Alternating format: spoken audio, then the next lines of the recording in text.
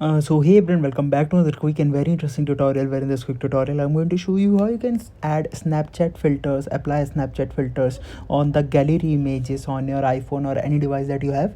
Now in order to achieve that, you simply need to open the Snapchat on your iPhone. Now here in the Snapchat, simply go to the images section, and here you'll see this option of camera roll right there that shows all your gallery images on in Snapchat.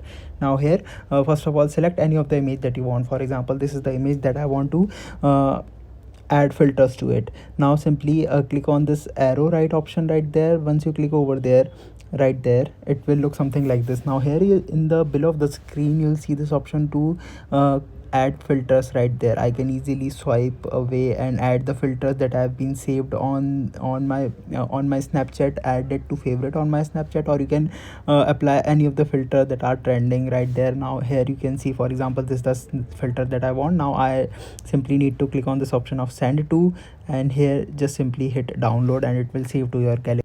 Alright, so that's it for this tutorial. I hope this video will be helpful for you. Make sure to hit the like button and subscribe button for more such helpful and interesting tutorials. See you in the next one. Take care.